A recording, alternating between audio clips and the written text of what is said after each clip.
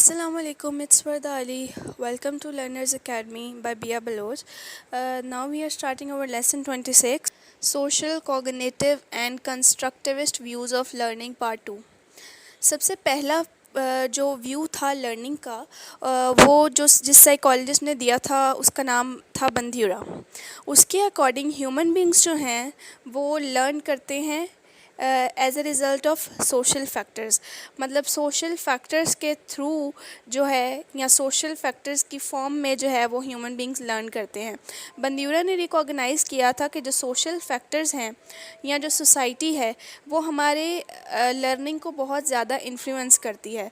जो सबसे major variable है लर्निंग का सोशल लर्निंग थ्योरी में वो है मॉडलिंग, जिसको बंदियूरा ने एम्फसाइज़ किया कि जब भी एक चाइल्ड बॉर्न होता है तो वो अपने इर्द गिर्द स्पेशली अपने पेरेंट्स को देखता है, वो उनको ऑब्ज़र्व करके लर्न करता है और एक चाइल्ड के लिए उसके पेरेंट्स ही उसका मॉडल होते हैं और वो उन्हीं के अकॉर्डिंग अपनी मॉडलिंग करता है। मगर मॉडलिंग जो है should not be understood as it is understood in the word of fashion design today. अब मॉडलिंग को एक फ़ैशन इंडस्ट्री में जिस तरह मॉडलिंग को एज्यूम किया जाता है उस तरह इधर मॉडलिंग को एज्यूम नहीं किया जाएगा। तो सबसे पहले हम मॉडलिंग को ही डिफ़ाइन कर देते हैं कि मॉडलिंग एक्चुअली में क्या होता है। तो बंदियूरास के व्यू के अकॉर्डिंग जो मॉडलिंग है वो एक स्पेशल टर्म है जो कि प्रेजेंट कॉन्टेक्स्ट में यूज़ की जा रही है as change in behaviour, thinking और emotion that occur through observing an other person, ठीक है, जिसको हम मॉडल कहते हैं। यानी कि हमारा बिहेवियर में चेंज आना, हमारी थिंकिंग और इमोशंस में चेंज आना, और वो चेंज किस वजह से आ रहा है, किसी दूसरे पर्सन को ऑब्ज़र्व करके। और वो दूसरा पर्सन कौन है जिसको हम एज अ मॉडल लेते हैं, अपना रोल मॉडल लेते हैं, जिसको हम पसंद करते हैं, हम उसके अकॉर्डिंग ही अपना बिहेवियर, थिंकिंग और इमोशंस को चेंज कर रहे हैं। तो मॉडलिंग को पास्ट में यूज़ किया जाता था, काफ़ी सारे सब्जेक्ट्स और स्किल्स को पढ़ाने के लिए यूज़ किया जाता था। फॉर एग्ज़ाम्पल इथास जो है वो अप्लाई किया जाता था और टीचिंग में स्पोर्ट्स और डांसिंग, कुकिंग और बाकी स्किल्स में इसको यूज़ किया जाता था। वो अपने मॉडल्स को देखते थे और लर्न करते थे उन मॉडल्स के थ्रू, ठीक है। जो स्किलफुल नॉलेजेबल टीचर्स होते हैं वो ये जानते हैं कि उनका जो स्टूडेंट है वो अपने टीचर को अपना मॉडल लेता है। तो टीचर्स जो हैं वो अपना रोल मॉडल लेकर अपने स्टूडेंट्स को पढ़ाते हैं। मतलब जो टीचर होता है, ठीक है, वो उसका जो रोल मॉडल होता है वो उसके अकॉर्डिंग पढ़ाता है अपने बच्चों को, क्योंकि बच्चे भी जो है वो टीचर को ही रोल मॉडल लेते हैं, ठीक है। तो टीचर्स जो हैं वो अपने बिहेवियर्स को यूज़ करके मॉडल्स की फॉर्म में स्टूडेंट्स को लर्न करवाते हैं। जैसे कि हम एग्ज़ाम्पल लेते हैं इंथुजियाज़म की। वो टीचर्स जो कि ख़ुद इंथुजियास्टिक होते हैं अपने स्कूल के सब्जेक्ट के बारे में, वो एक अच्छा मॉडल होते हैं अपने स्टूडेंट्स के लिए, और वो अपने स्टूडेंट्स को भी उस सब्जेक्ट के बारे में इंथुजियास्टिक बनाते हैं। और वो टीचर्स जो कि इतने इंथुजियास्टिक नहीं हैं अपने सब्जेक्ट के बारे में, अपने उस सब्जेक्ट को पढ़ाने में इतने इंथुजियास्टिक नहीं हैं, तो उनका जो स्टूडेंट हैं वो भी इतने नहीं होंगे। वो भी क्योंकि उनका जो टीचर है वो इस तरह का नहीं है, तो वो टीचर जो है उनके लिए एक बैड मॉडल होगा जिससे वो कॉपी और इमिटेट करेंगे। रिसर्च ये बताती है कि मॉडलिंग जो है वो इफ़ेक्टिव हो सकती है, इफ़ेक्टिव वे ऑफ लर्निंग हो सकती है जब अच्छे मॉडल्स को कॉपी किया जाए, रीइंफोर्स्ड किया जाए, ठीक है। रिसर्च ये भी बताती है कि रोल ऑफ गुड मॉडल कि अगर प्रैक्टिसिंग, मतलब उसको बार बार प्रैक्टिस किया जाए, मतलब हमारा जो मॉडल है अगर हम उसी के बिहेवियर को अपनाना चाहते हैं तो हम उसके बिहेवियर को बार बार जो है वो रिपीट करें, प्रैक्टिस करें, तो वो हमारी लर्निंग को काफ़ी ज़्यादा हेल्प आउट करता है। इस तरह कि जितनी ज़्यादा हम प्रैक्टिस करेंगे उतनी लर्निंग जो है वो हमारी अच्छी होगी। इस रिसर्च ये भी कहती है कि जो नए बिहेवियर्स होते हैं जब हम उनको लर्न करवाना चाहते हैं तो वो इजीली लर्न हम करवा सकते हैं अगर हम वो रोल मॉडल से करवाएं, ठीक है। जैसे कि हम अगर अपने फ़िल्म इंडस्ट्री की या अपने टीवी इंडस्ट्री की बात कर लें, तो जो उसमें हमारे रोल मॉडल्स हैं, जब वो प्रोडक्ट्स ऐसी यूज़ करते हैं तो हम चाहते हैं हम उनकी प्रोडक्ट्स यूज़ करें। तो अब हाँ, जो एडवर्टाइज़र्स हैं वो जो अपना नया प्रोडक्ट है वो लॉन्च करवाने के लिए उन फिल्म स्टार्स को या हमारे जो रोल मॉडल्स होते हैं उनको यूज़ करते हैं और उनके थ्रू हम उनका जो न्यू प्रोडक्ट है वो यूज़ करते हैं। तो इस तरह हमारा जो न्यू बिहेवियर है उसको हम अगर हम किसी रोल मॉडल के थ्रू न्यू बिहेवियर प्रेजेंट करें तो वो हम ज़्यादा जल्दी लर्न कर सकते हैं।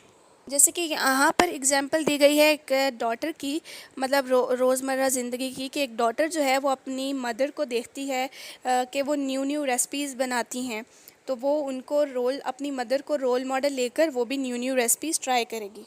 Now how to become a better learner. ठीक है, रिसर्च ये बताती है कि जो लो अचीवर्स होते हैं स्कूल में वो इम्प्रूव कर सकते हैं अपनी अचीवमेंट लेवल को अगर वो देखें, एमिटेट करें हाई अचीविंग स्टूडेंट्स को। यानी कि अगर वो कॉपी करें अपने हाई अचीवर स्टूडेंट्स को तो वो अपनी जो लो अचीवमेंट लेवल है उसको इम्प्रूव कर सकते हैं।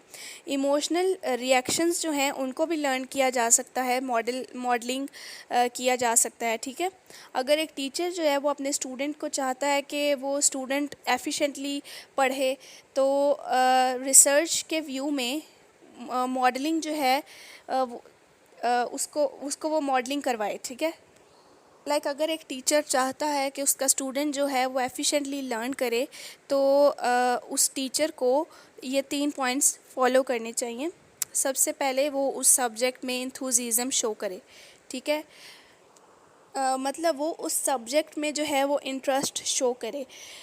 वो रोल और टीचर जो है वो पॉइंट आउट करे रोल मॉडल्स को, मतलब जो क्लास में जिनको जो रोल मॉडल बच्चे हैं जिनको हर बच्चा पसंद करता है या फॉलो करना चाहता है, वो उन स्टूडेंट्स को पॉइंट आउट करें ताकि हर बच्चा उन्हें देखकर कॉपी करे उनके बिहेवियर को, उनकी लर्निंग स्ट्रेटजीज़ को। फॉर एग्जांपल हायर अचीवर्स को आइडेंटिफाई किया जाए रोल मॉडल लो अचीवर्स के लिए ताकि वो उनसे लर्न करें, अपनी परफॉर्मेंस को इम्प्रूव कर सके बाय इमिटेटिंग और बाय कॉपिंग दैम। टीचर्स जो हैं वो स्टूडेंट्स को हेल्प करें कि वो एक अच्छे लर्नर बन सकें। अगर टीचर इंथुजियास्टिक होगा, इंटरेस्ट शो करेगा तो स्टूडेंट्स को भी ये चीज़ फैसिलिटेट करेगी उनकी लर्निंग में। उनको रीइंफोर्स करें उनके डिज़ायरेबल मॉडलिंग बिहेवियर को। फॉर एग्जांपल डिज़ायरेबल बिहेवियर है कि जो होमवर्क है वो टाइम पर ख़त्म करना है, तो अगर एक स्टूडेंट जो है वो डिज़ायरेबल बिहेवियर शो करता है तो आप उसे रीइंफोर्स करो उसके बिहेवियर पर।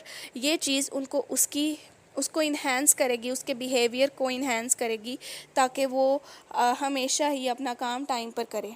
सो रिपल इफ़ेक्ट की हम बात करते हैं तो रिपल इफ़ेक्ट क्या होता है, मैं आपको इसकी डेफिनेशन बाद में बताऊंगी। सबसे पहले मैं आपको इसको एग्जांपल से समझाती हूँ कि आपने एक आइडिया जो है एज अ स्टूडेंट आपने एक आइडिया लर्न किया है और वही आइडिया आप फर्दर बाकी स्टूडेंट्स को एक्सप्लेन करते हैं। ठीक है, तो ये रिपल इफ़ेक्ट है। अब हम रिपल इफ़ेक्ट एक्चुअली में डिफ़ाइन कैसे किया जाता है कि रिपल इफ़ेक्ट एक कुछ बिहेवियर्स का, सर्टेन बिहेवियर्स का स्प्रेड करना है। ठीक है, क्योंकि बिकॉज ऑफ इमिटेशन, यानी कि आपने उसको एक मॉडल की तरह लिया और ये मॉडलिंग का ही आउटकम होता है। एक लार्ज ग्रुप ऑफ पीपल या लार्ज ग्रुप ऑफ क्लास है, ठीक है, उसमें से आपको किसी का बिहेवियर अच्छा लगा, आपने वो बिहेवियर उस बिहेवियर की मॉडलिंग की, इमिटेशन की और उस बिहेवियर को आपने स्प्रेड कर दिया, तो दैट इज़ रिपल इफ़ेक्ट। ठीक है, अब हम बात करते हैं कंस्ट्रक्टिविज़म की। कंस्ट्रक्टिविज़म एक ऐसा व्यू है जो कि active role of learner in learning पर एम्फसाइज़ करता है कि जो लर्निंग में जो लर्नर है वो अगर एक्टिवली रोल प्ले कर रहा है तो कंस्ट्रक्टिविज़म उस पर एम्फसाइज़ करता है। यानी कि जो लर्नर इंफॉर्मेशन रिसीव कर रहा है उसकी सेंस बनाना। It means you are not like a tape recorder. ठीक है, आप एक टेप रिकॉर्डर की तरह नहीं हो कि आप जो टीचर से इंफॉर्मेशन ले रहे हो बस वर्ड टू वर्ड आप वही बोली जा रहे हो। ठीक है, इसका मतलब है कि उस चीज़ का जो आप सुन रहे हो, जो आप पढ़ रहे हो, उसका मतलब समझना। ठीक है, rather you are dynamic creative human being. आप एक क्रिएटिव ह्यूमन बींग हो जो कनेक्ट कर रहे हो, ऐड कर रहे हो, डिस्कनेक्ट कर रहे हो इन्फॉर्मेशन को, ठीक है।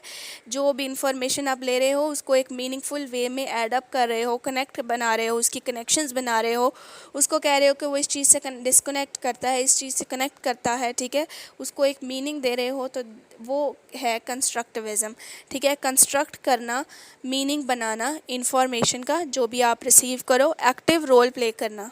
फर्स्ट वेव कंस्ट्रक्टिविज़म या इंडिविजुअल कंट्रीब्यूशन, ठीक है।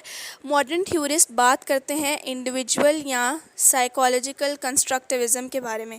इंडिविजुअल कंस्ट्रक्टिविस्ट जो हैं वो उनका जो इंटरेस्ट है वो individual knowledge, belief, self concept के बारे में है कि किस तरह ये वेरिएबल्स हमारी लर्निंग पर, हमारी नॉलेज पर इफ़ेक्ट करते हैं। फॉर एग्ज़ाम्पल, अगर आपका एक नेगेटिव सेल्फ कॉन्सेप्ट है तो इसका मतलब है कि आप अपने आप को कंसीडर करते हैं कि आप एक बुरे इंसान हैं जो अच्छा परफॉर्म नहीं कर सकता, तो it becomes a part of individual constructivism. ये आपका एक इंडिविजुअल कंस्ट्रक्ट है, ठीक है, ये आपका बिलीफ है, या आपका इंफॉर्मेशन गैदर करना है। कुछ साइकोलॉजिस्ट ये भी बिलीव करते हैं कि जो नॉलेज है वो रिफ्लेक्टिंग कोऑर्डिनेशन से आती है, ठीक है। इसको कहते हैं फर्स्ट वेव कंस्ट्रक्टिविज़म, जो कि एम्फसाइज करती है इंडिविजुअल मीनिंग मेकिंग पे, यानी कि एक बंदा क्या सोचता है, वो क्या मीनिंग बनाता है, इंडिविजुअल की कंट्रीब्यूशन पर रेफ़र करता है।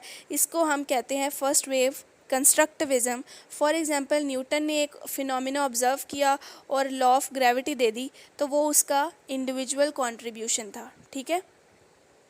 सेकेंड वेव कंस्ट्रक्टिविज़म या सोशल कंट्रीब्यूशन जिसे हम कहते हैं, तो सेकेंड वेव कंस्ट्रक्टिविज़म जो है इसको अर्लियर एक्सप्लेन किया गया था कि लर्निंग जो कि कल्चरल कॉन्टेक्स्ट में होती है, सोशल इंटरेक्शन से होती है, यानी कि the proponent of the second view is वाइगॉट्स्की।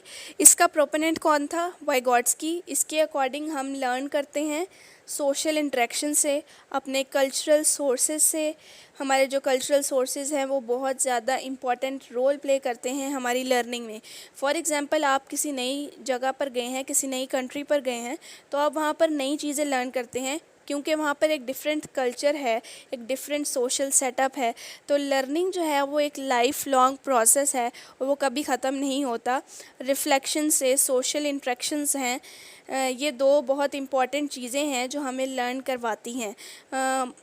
Putting and understanding learning in social and cultural context is second wave constructivism, यानी कि वो चीज़ें जो सोशल और कल्चरल कॉन्टेक्स्ट में हैं उनको समझना, ठीक है, वो है सेकेंड वेव कंस्ट्रक्टिविज़म, यानी कि हमारी सोसाइटी का कंट्रीब्यूशन। Thank you.